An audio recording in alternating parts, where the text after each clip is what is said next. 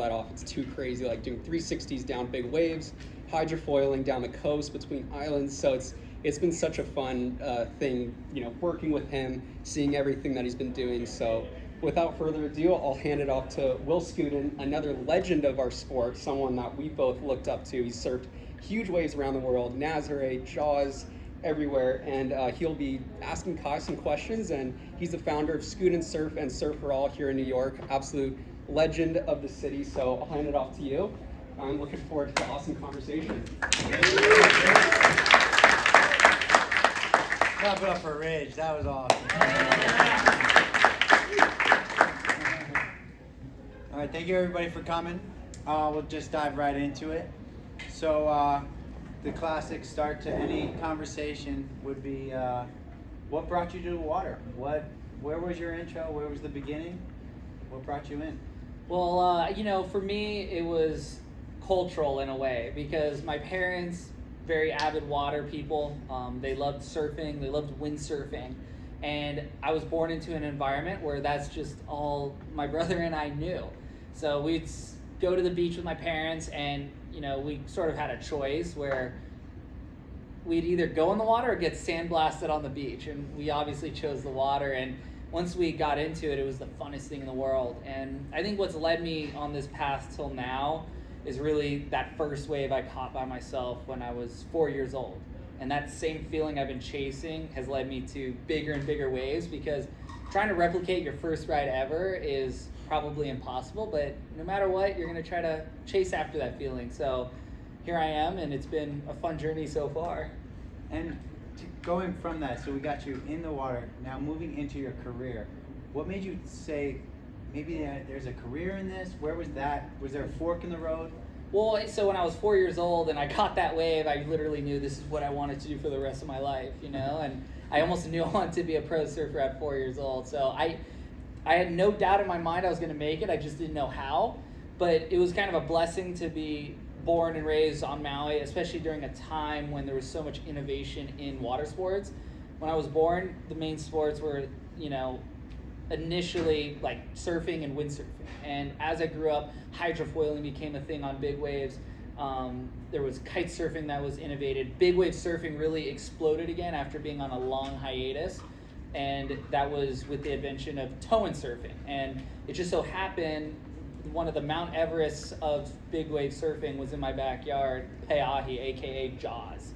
And so when you grow up watching or looking up at that, at a certain point you eventually have to go climb it, or in this case go surf it. So after I had my first taste of that wave, it was like, wow, this is the ultimate, this is the pinnacle of what I do, and I can't imagine kind of dedicating my life to doing anything else, because it's just too much fun. That's amazing. And for me, I've been like kind of an uncle. I got to enjoy watching Kai from a young age come up, and it's just been incredible. And what you've done with the sport, like, let's just speed up. Let's just say old school Kai chilling, watching your twin daughters surfing. What do you want to leave behind as your legacy as a waterman? What are you hoping to leave behind? If I could leave anything behind, it's being open-minded enough to do all these different disciplines, these different sports, and first and foremost, have a lot of fun. I mean, why do it unless you're having just, the most amount of fun? And if I could be known for just having the most fun as anybody, then that's probably a good thing, because I would have lived my life the way I'd always imagined it, which was, utilizing every sort of sport in order to ride waves. And to me, that is, surfing. It's not a specific board that you're riding, it's riding across water, it's riding waves, and it's kind of the only tangible type of wave we can connect with, and there's something special about it. And so the more people that I could get into the ultimate playground, which a lot of things nowadays aren't free, but the ocean still is, that is, I think, something that, you see someone come out of the water, they're always smiling, and they're always feeling a lot better about their day. And the world could probably use that. So try to inspire as many people to have fun. Just like the Duke. So Yeah. Duke Kahanamoku traveled around the world, Hawaiian legend, two-time Olympic champion, and I feel like you're carrying that same message and something that you hope to follow in his footsteps. Absolutely. I mean, for us growing up in Hawaii, and I think for a lot of people around the world, Duke Kahanamoku embodied the spirit of aloha, and aloha is just sharing your love and your passion, and in this case, surfing with so many different people. And I sometimes get more excited and stoked when somebody else gets an incredible wave than I do when I get it. It's like, all right, they're in on the secret sort of thing. They get it. You can't really explain what it is like to ride these waves in words. It's almost like trying to describe somebody a color if they've never even seen colors before. It's like this thing you gotta experience yourself. And so yeah, that's like today I got to go to Will's Skudin surf out in Long Beach, and there was just 100 kids, and you could just see smiles ear to ear, and that was probably better than scoring an epic wave somewhere, just to see them stoked. And yeah, I enjoyed that. There's like it's cool that you tapped into that, because there's a joy in surfing. I feel like, before we shift gears into the next subject, I feel like there's something special about surfing other than other sports, right? Yep. There's like that same level if you're a beginner or if you're one of the best surfers, big wave surfers on the planet, you're still the psych or the stoke or the happiness is measured at the same level. Oh yeah, for sure. I think that's what keeps everyone coming back to surfing, is the fact, and all these other disciplines, it's like everyone wants that next wave again, and it's a finite resource. So part of the fun and the challenge is sort of hunting for it or looking for it in those epic days that don't come all that often. And this is generally true in big wave surfing. You can't just go out and get it on any given day. So when they happen, they're really monumental and they're special, and you remember the date, and each wave sort of counts and is ingrained in your brain. And those moments, and particularly I've found myself evolving as a person after every single big wave session, because there's always a lesson to be learned. It's just whether you're kind of open to it. And Mother Nature really serves as the ultimate teacher and sometimes punisher. But like I said, there's a lesson in every part of the ocean experience. And talking about lessons carries us into the next subject. Some lessons you want to teach the future, things that you've been working on with ocean conservation.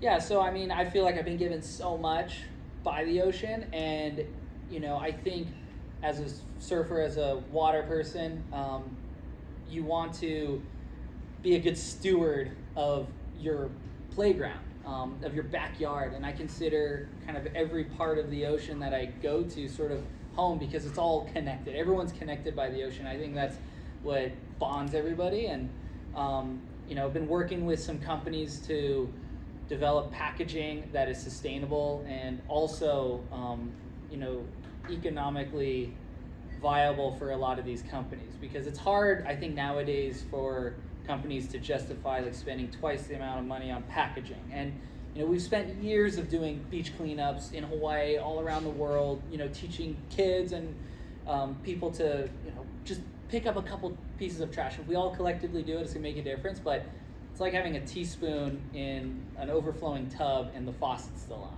You can't keep up with it. So it's like, okay, without changing what people experience on their daily lives, why not try to change something that they may not even notice? And that's sort of the packaging. So it's this initiative called the New Earth Project, and it's by Atlantic Packaging, which is the biggest United States packaging of soft drinks and many other products. And the goal is to get these kind of like packages to be the exact same price as plastic, because plastic's what's really choking the oceans. I almost think it's environmentally worse than just about anything you can imagine, because it's literally just suffocating marine life, and pretty much on a daily basis I have to save a turtle or two from choking on something, and that's no fun.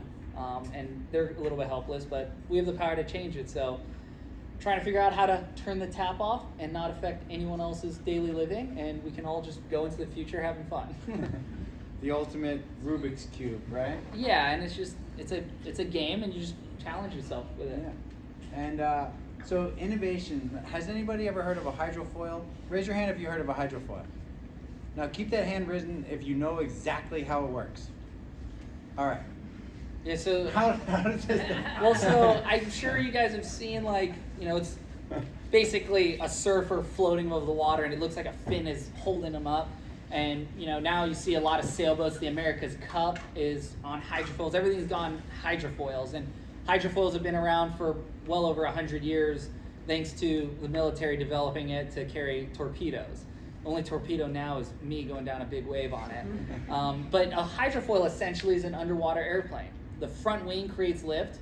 The tail wing that's on the fuselage is creating stability. And the long fin, which we'd call a mast or a strut, that's kind of connected to it, and it serves as just kind of the portion to lift you out of the water. And just like an airplane, when you go through turbulent water like whitewater, it gets unstable. And so the real art form with the foil is engineering it to the millimeter to make it stable enough to stand on, to allow it to surf like a surfboard. And I think a lot of people, the distinction of a foil is it's disconnected from the water, where for me it feels actually more connected to the water, because you're tapping into a deeper energy source than you could ever feel on the surface. And now a surfboard has a cool sensation of the rail of the board being in the water. There's this real neat feedback, but you're essentially riding on water and air, the turbulence of that. Whereas the hydrofoil, you feel like this energy that's moving through the water. And when waves travel across the ocean, it's not physical water that's moving across the ocean. It's like this invisible force field of energy that's moving. So the water itself doesn't move. It only eventually moves when it gets pushed hard enough by this force onto a shallow bank, reef, to fold over. And that's when you see white water, the white stuff, because the air mixes with it. And, all that being said, you can tap into that with these hydrofoils and feel it in, so delicately all the way to your pinky toe. And there's something satisfying about that. And kind of what's led to riding such a thing is the ability to surf anywhere at any time. Surfing, generally, you're waiting for good waves. Big wave surfing, you might surf a big wave 5 times in a year. With the foil, there's no place on earth that isn't good for foiling. I mean, you could go on a lake, and a lot of people now poach boat wakes. Like, I dream about being here and seeing a ferry go by, and I can pump out to it and just get a free ride across the bay before I'm probably arrested. But that's what's cool about foiling. Like, everywhere in Europe, anywhere that has subpar waves most of the time, it brings a high performance quality to low performance waves. And that just keeps the fire alive. Because sometimes you go down to the beach and it's windy and it's terrible, and you're like, it's just not quite worth going out. With the foil, it's just an extension of surfing, and it keeps you on the water and having fun. And again, it's all about being on the quest of fun. So if you new to the sport of surfing or never really heard about it, Kai took a foil to places he's never been seen before, and he kind of unlocked, imagine a video game, right? He unlocked levels in these games that nobody knew about. Can you take us through that moment in time when all of us were on social media going, look, what the hell is Kai's doing? What the hell is this? So when you unlock these levels and took surfing to amazing places, how was that moment? Yeah, so initially the hydrofoil was meant to ride the biggest waves ever ridden, which at the time of its sort of invention within surfing, there was maybe 5 people on Earth that could actually do it, because it required snowboard boots. It was on a heavy aluminum foil, essentially an anchor. If you fell on a big wave, there was consequences of breaking your knees. It was just meant for the elite, essentially. And I'd been doing it since I was 9 years old, and it was fun and it was cool. And then we needed technology to catch up fast enough for the aerospace industry to sort of filter out the carbon fibers and the composites that would allow the gear to get lighter. And there sort of came a point when I started trying to think outside the box. And instead of thinking about the biggest wave ever ridden on one of these hydrofoils, I'm like, well, if you can ride the biggest wave ever ridden, why can't we ride the smallest wave ever ridden? No one's thinking about that. And I've always kind of looked at sports that I do in the search for something super high performance. Where's the gray area where I can't do something high performance?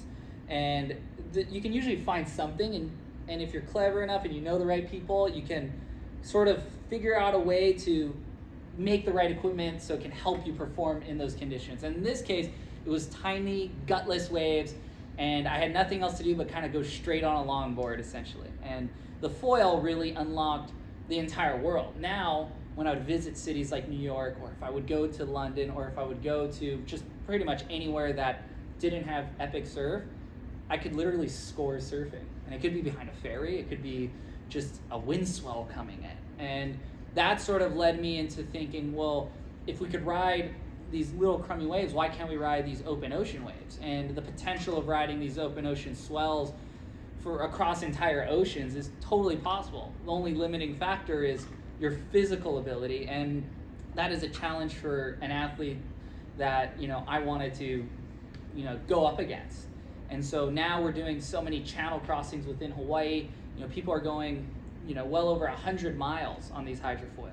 And it's cool because you're able to cross great bodies of water faster than most boats. And you're just standing on this hoverboard, essentially. You don't see what's below you. You just kind of feel like you're on this cloud. And it's a sensation that's very similar to that. And so, I mean, I didn't know if anyone would catch on to it, because before hydrofoils were a nightmare to ride, but now they've become so easy that, you know, most people, just about anyone, can learn it, because the foils have become technologically sound, and you know, everyone's sort of figured out how to make it better. So there's a whole movement around it, and it's really fun to see other people doing it, because it's like, all right, that idea wasn't crazy or outlandish, like kind of puts confidence in your ideas. I'm like, okay, what can I think of next? And it just to put it in perspective, you know, Kai was like the first guy on the moon, and now no one was ever like, after that, everybody can go up, and but we'll never forget the first. You were really put that on the map, and part of putting that on the map is what we got behind us. You're bringing us into your life a lot more now. Can you tell us a little bit about Life of Kai? Well, I mean, Life of Kai series has been really fun, and I'm grateful that Red Bull does it, because it can bring kind of like a high definition, high quality perspective on all sort of the exciting things that I'm doing. And not everything makes it in, but usually the most exciting parts do. And you know, the show's been really fun because it's an excuse to do really cool stuff. Like the episode before last, I've always been inspired by Travis Rice in Alaska doing these incredible things. Like if I was to, you know, get ready for a big wave session, I would look at his snowboarding as something that inspires me the most. So I'm like, hey, can I go snowboarding with Travis Rice? And, you know, I could see him in person and I could actually try to do it. And it almost came to a point where that was almost a bad idea, because he's so gnarly and I found myself in some death-defying situations. But it made me a better athlete for it. And so, yeah, this series has been really fun. And as you'll see in this kind of final episode, I do what I love to do most, which is do strike missions to big wave spots. And in this case, Tahiti, Chopu, one of the heaviest, most deadly waves in the world. And it's going to be, you know, host to the Olympics coming up soon. But the episode also kind of covers everything from what we do at home. And my brother teaching me how to ride a hydrofoil and go fishing in our front yard and basically get food on our table for us. And it kind of wraps up the entire episode is trying to ride the biggest waves ever ridden on a hydrofoil, which that quest is, you know, continuing to move forward, because you could always ride a bigger wave. And then let's just keep going with the Olympic thing.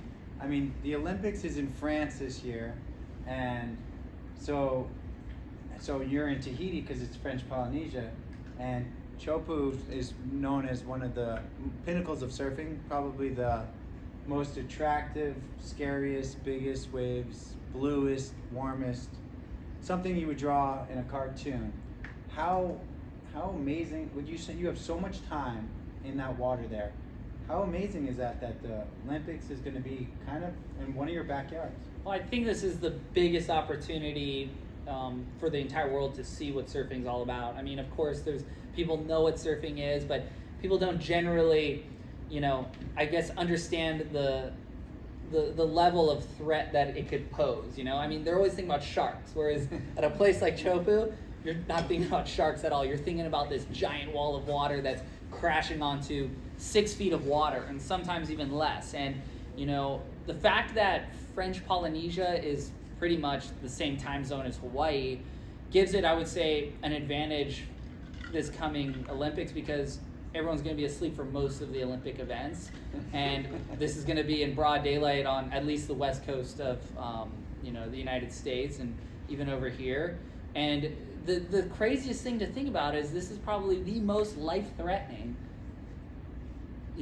sport that's going to be in the Olympics, because it could potentially be 40 to 50 feet high, and there better be a few ambulances sitting by, because it's one of the heaviest waves in the world. But it's so pristine, and just to describe this wave and what makes it so different to a place like Jaws, or if you've ever heard of Nazaré in Portugal, is you don't measure it by its height.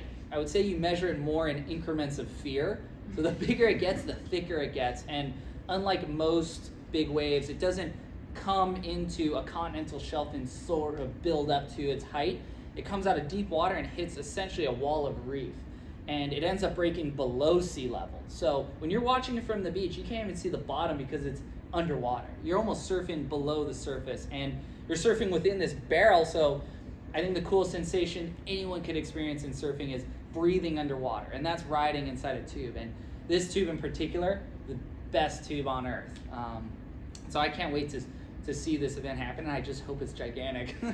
If it is gigantic, would you think that this could be a changing point for the sport of surfing? I think, the fact of the matter is it'll be the most exciting event to watch if it's really big. I mean, we saw surfing debut in Japan in the Olympics, but it just didn't do it justice, because it was frankly pretty crummy surf. And unless you're really into surfing, you don't understand the nuances. But everyone can understand the intensity and the magnitude of these giant waves breaking. And the question mark, is that person coming up? Are they going to get severely injured? Sometimes you don't know. And so it's really the most gladiator-esque sport that's going to be in the games. Not shock put? Probably not. No. It should be really interesting. I can't Imagine wait to going see from it. shock put to choke. I'm sure everyone's gonna want to watch that, because it's gonna be. Let's just hope it's big. It'll be a great show. And where will you, hopefully, obviously this will be going down. You're gonna be. Could you be on a ski there? Where would you put yourself? I mean, I won't personally be in the Olympic Games. I didn't qualify for it. You have to be on the surfing tour essentially to be in the games, and my priorities have lied essentially on bigger surf, so it's not in that category. But guaranteed, if the waves get really big, you might see me in the background catching some big ones when they call the contest off, because at a certain point it will become uncontestable, but it'll become the best playground to go. I would put you in as coach. I would put you coach, because you have more knowledge about that wave than pretty much anybody. Yeah, it's some of the most exciting parts of surfing, and you know this as well as anyone will, is trying to unlock a break, trying to understand how it works, the mechanics of it. And if you can sort of figure it out, you can make your life really easy versus really scary, which is falling and getting beat up and flushed into the lagoon. So with that, I mean, we went through pretty much a lot there. We had a great day today. We went down to the beach. Has anyone surfed in New York before? All right. Yeah, so we came down. Guy came down. I threw him a last minute text. He came down to the beach today, met a bunch of kids. Came down. We had our nonprofit also going on, and helped us out. He was always very genuine and coming down on his own, just like, Will, how can I help? Ever since I met Kai. And we just had a great day. Is there any advice or any words you have about New York surfing? Or you've been coming here for over a decade. Yeah. I mean, the cool thing about New York is, go figure, the world-class waves are just over there sometimes. But it's great surfing most of the time, and I love going to places too where there's such a stoke to get in the water. I realize, wow, there's still a lot to be done, or a lot to have fun with in such minimal conditions. And today, that was one of those days, surfing with the kids. I had a total blast, and I utilized my hydrofoil, and all of a sudden I had a great session. And now I'm in the city and I'm looking out the window and I'm like, wow, there's waves to surf everywhere. See a ferry go by and you're just like, okay, how can I keep myself busy? And But yeah, I mean, some of the best waves on the entire East Coast break here on certain times of the year. And, you know, I guess while most people are running from hurricanes, we're like going the opposite direction. We're like, where's the hurricane? Try to like get in front of it as, you know, for as long as you can. Yeah, definitely. So yeah, it's amazing to have you here back in New York, and this space has been incredible. Red Bull, Yeah. thank you so much for Thank bringing you. us here.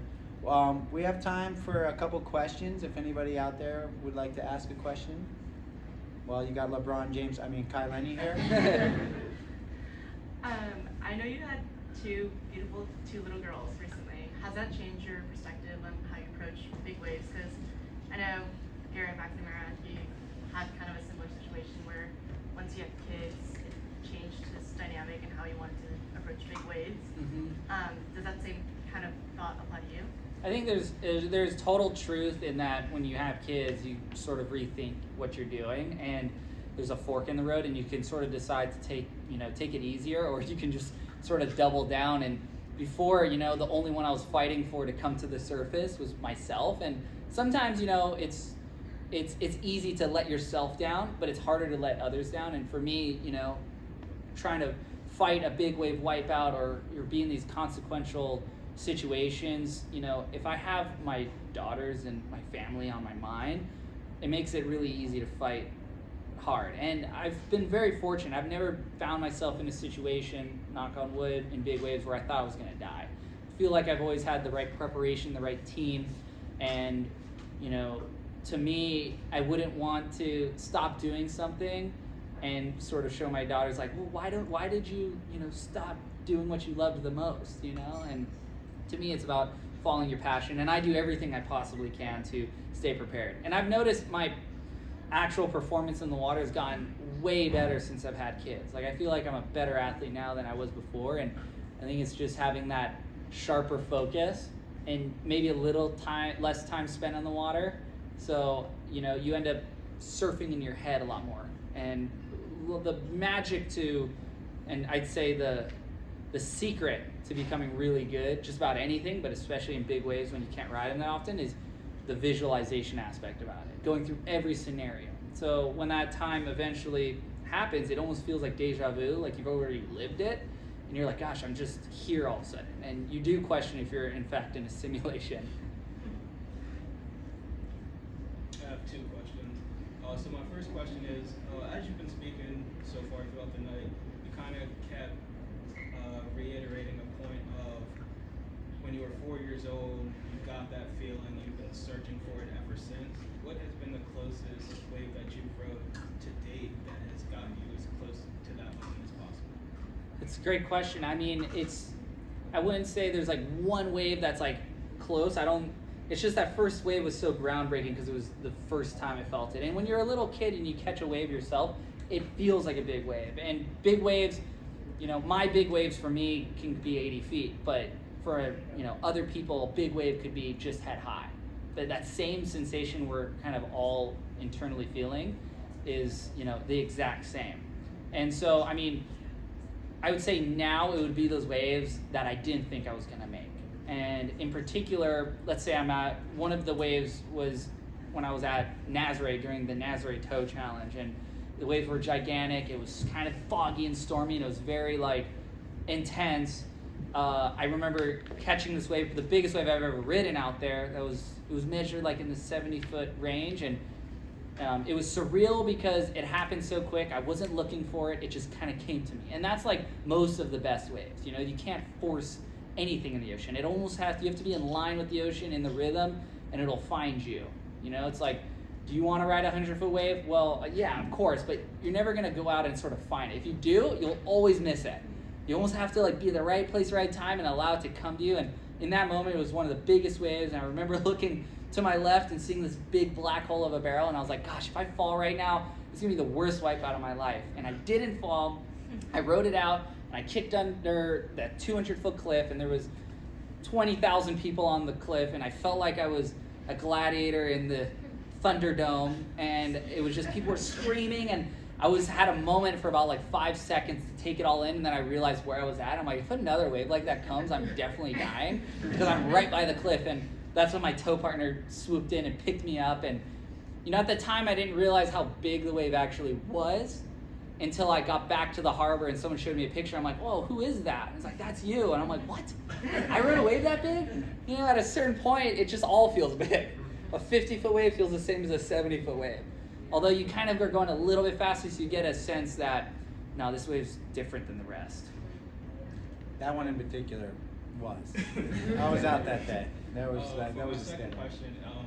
So I actually have been asking a couple of professional snowboarders this question because we have this conversation often where they tell me there's sort of an equivalent how, like in hip hop, every rapper wants to be an athlete, but every athlete wants to be a rapper.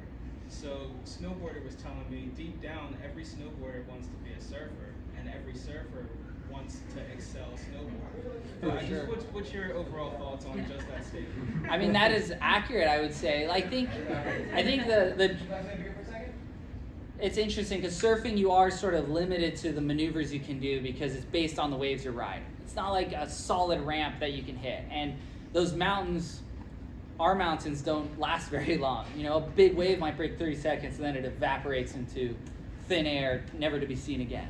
And, I think surfers always have appreciated the level of athleticism and the tricks that can be pulled off under a board, or on top of a board rather. And, also the fact that you can go to a big mountain and get a very similar sensation. And I think most people draw themselves to things they're not good at and want to be really good at it. And, surfers have such a distinct snowboard style. You could really pick one out on the mountain. And no matter how hard you try to look like a snowboarder, they know if you're a surfer or not. And, and kind of going back, to one of my answers earlier is that I am really heavily influenced by snowboarding in big waves because I just figure if they can do, an 80-foot jump and do a triple cork, double cork, or whatever crazy maneuver, why can't we do it on a 50-foot wave? I mean, they're flying farther in the air than we are riding these waves. And I guess the difference is the waves are moving tremendously quick and they're unpredictable. But I've been doing it so long, I'm not even seeing that anymore. I'm just seeing this big canvas of potential. And I'm seeing guys and girls that are, visually being able to do something. I'm like, maybe if I get better at snowboarding and I find that understanding, I could bring it back to my surfing. So I think that's the draw between surfers and essentially surfing-inspired snowboarding. All the snowboarders want to be like surfers, and it's kind of turned around a little bit. All the surfers want to be like snowboarders now. He broke the scale of surfing. We're gonna take one more question after this, but we were in the Nazare contest, and he's doing these 360 airs down 70-foot waves, and me and my partner are like, lucky to do little turns, and we get out, and I got like a 4 on my wave, and he got a 7, and we looked at each other afterward. We started laughing because his wave had to be 30 points more than mine, but it was a 10-point scale. So it was like, it's amazing what's happening, and the snowboarding and the inspiration, because Lenny has broke the scale of big wave surfing. So we have time for one more question. Hey, Kai, you've been such a great part of the hydrofoil revolution, right? You've been there at the beginning. You're pushing the innovations right now. What's next? Like, where do you see it going from here? Well, I mean, it's a very good question. Right now, it's been trying to, and this is on a more technical scale, I'm just trying to get the hydrofoils to the point where I feel like it's just an extension of my body. It's not something I'm essentially riding. And so you can fine-tune a hydrofoil down to the millimeter, and you can change one little thing and it could be a totally different sensation. So there's like a long process to that. But as far as like big things to come, I think going full circle from trying to ride the world's smallest waves on a foil to trying to ride the world's biggest waves on the foil, I think we're really close to that, and it's with the help of the America's Cup. It's Formula One getting into hydrofoils with the America's Cup.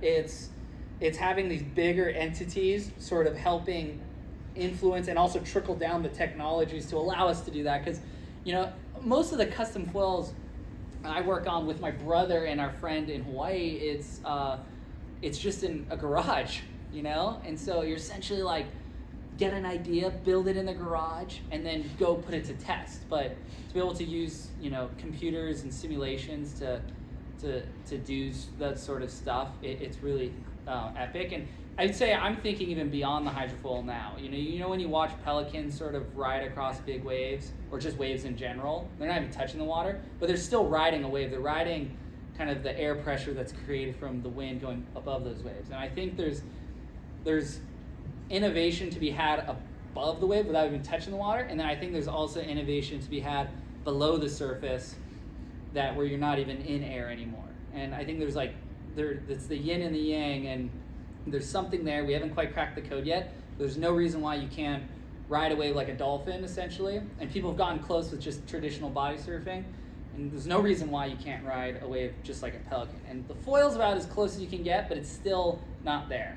So there's a lot to think about still.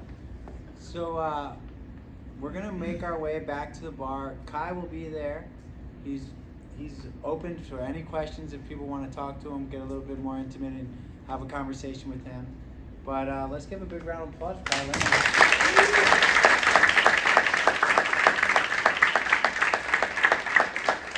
A big thank you for Red Bull for putting this together. Thank you guys. Thanks, dude.